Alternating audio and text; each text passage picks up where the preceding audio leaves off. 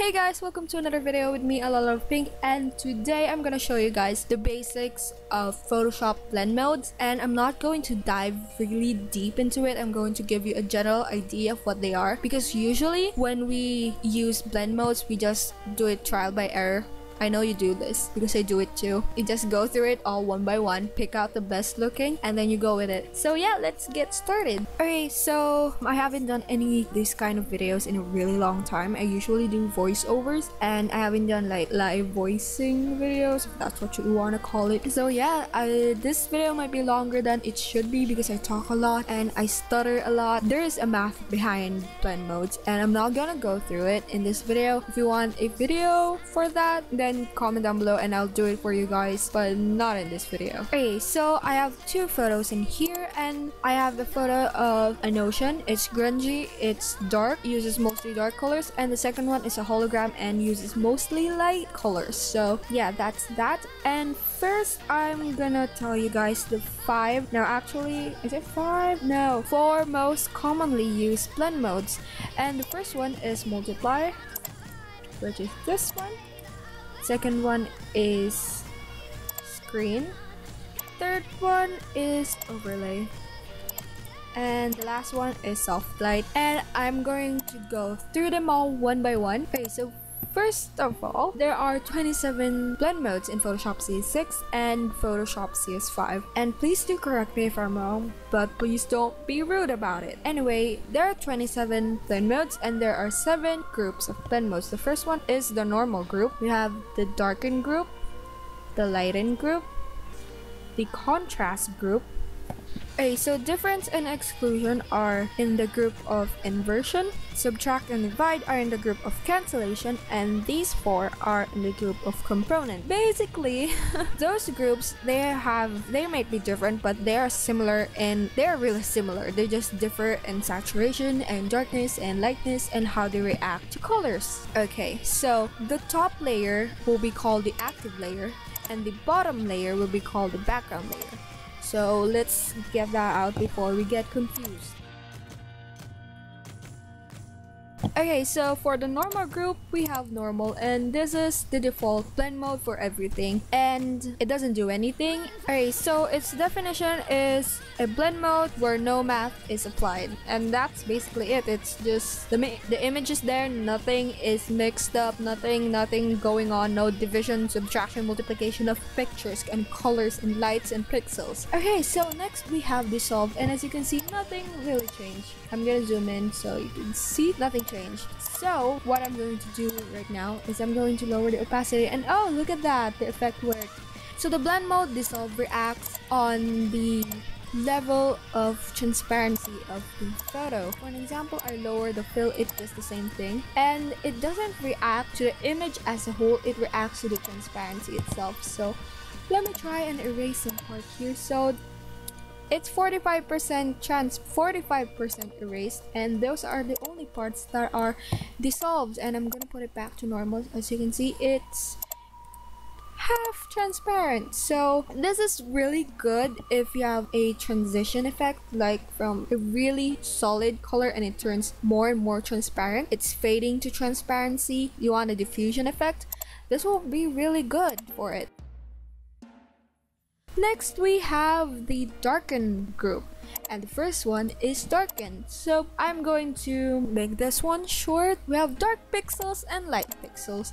If you don't know what pixels are, those are the squares that you see right now, and pixels make a picture. So if you put it on darken, the darker pixel stays, but if the pixel is lighter than the background layer, then it will be replaced by the background layer, which would happen here. So as you can see, this is a cloud, and when I put it on darken, it takes the color of the background layer. So next we have multiply. Multiply is the darker version of darken. This is really good for darkening things. So basically, multiply literally multiplies the color, and as you can see, more of the background layer is introduced to the active layer. This is really great for keeping the darker colors, keeping shadows, and removing light colors. So next we have, what do we have? We have color burn. So this is definitely darker than multiply, but no, there's no buts. This is darker than multiply and highly saturated. It's more saturated than multiply. As you can see, the colors are like, oh, it's all over. It's everywhere. Okay, so if you don't know what saturated means, it means that the colors are more bright. If it's unsaturated, it means the colors are muted and less bright and into your face bright. And next we have linear burn. So again, this is darker than multiply but less saturated than the color burn. I think you can see the difference between the saturation. Okay, so lastly we have the darker color. So this is really similar to the darken blend mode, but this one darkens in the composite channel, and darkens the RGB color channels separately, but in darker color it darkens the composite channel. Okay, so next we have the lighten group, and the first one is lighten, and basically this is the opposite of darken. Look at that. So in darken, those with the darker pixels stay, and the lighter pixels are replaced by the background layer. In this case, the lighter pixels stay and the darker pixels get replaced by the background layer. So we have the cloud that we're missing earlier. Next we have screen. So screen is really similar to lighten blend mode. This is the opposite of multiply. If multiply is darker than darken, then screen is lighter than lighten. Yeah, I'm really good at explaining this stuff. It removes more darker pixels than lighten. So next we have color dodge, and this is so much brighter than screen, and this is the opposite of color burn. As color burn is darker than multiply, color dodge is lighter than screen. So I hope you're still not lost and you're following me. Next we have linear dodge, and it's brighter than color dodge, but it's less saturated and less intense. As you can see, color dodge is a bit intense in the color part. And lastly we have lighter color. So lighter color is really similar to the lighten blend mode, and just as darken is related to darker color, lighten is related to lighter color because it's pretty much the same. Lighten affects the RGB colors separately, red, green, blue channels separately, but the lighter color lightens the composite channel instead of the separate color channels. Okay, so in case you're getting really confused what are composite channels and what are RGB channels, RGB means red, green, and blue, and it's right here on channels. And so this one, the RGB with the control 2, this is the composite channel. It basically has all the reds, greens, and blues in here. The RGB, when I say RGB channels separately, it means that the blend modes affect the red, green, and blue separately instead as one. So next, I don't even know where we are. Oh, where we are at the contrast group. Are we? I think we are. So before we start in the contrast group, let's do a recap. The darken group retains the darker colors and somehow removes the lighter colors of the active layer. In the lighten group, it retains the lighter pixels and removes the darker pixels of the active layer. In the contrast group, it brings out the darker pixels and also the lighter pixels. So what happens with that? It has a really high contrast. So let's start with overlay. So overlay is a combination on screen on the lighter pixels and multiply on the darker pixel. As you can see, multiply and screen are opposites. So when you combine them, you get overlay. Okay, so what makes overlay different than the rest of the contrast group is that it's calculations. As I've said, that there is math behind all of this. It makes its calculations based on the brightness of the background layer instead of the active layer. Okay, so next we have soft light, and soft light, again, it's a combination of screen on the lighter pixels and multiply on the darker pixels, but the difference is it bases its brightness on the active layer, just like the rest of the contrast group. So it makes it softer than the rest of them, and it's definitely softer than overlay. Next we have hard light, and hard light is a combination of linear dodge for the lighter pixels and linear burn for the darker pixels, and then you get hard light. It's harsher than overlay and soft light. Next we have vivid light, and it's a combination of color dodge on the lighter pixels and color burn on the darker pixels. So what we get is a really saturated photo, and if you know what you're doing, you can make this really beautiful. I can already see how this would work out with just softening it a bit, and because of its color dodge and color burn blend mixture thing, it's really saturated and really bright and all over your face. It is quite similar to the hard light, except that this one is more harsh, more saturated. Next we have linear light, and in linear light it is a combination of linear dodge and linear burn, like so. And as you can see, it is really harsh, really vivid, really extreme because of its roots. Okay, so next we have pin light, and this is really cool if you know how to use it properly. Pin light gives you a really blotchy effect because it is a combination of lighten blend mode and the darken blend mode, which is really specific. The darken retains the darker pixels while the lighten retains the lighter pixels, and when you mix them both, you give a hard mix. No, it's not a hard mix.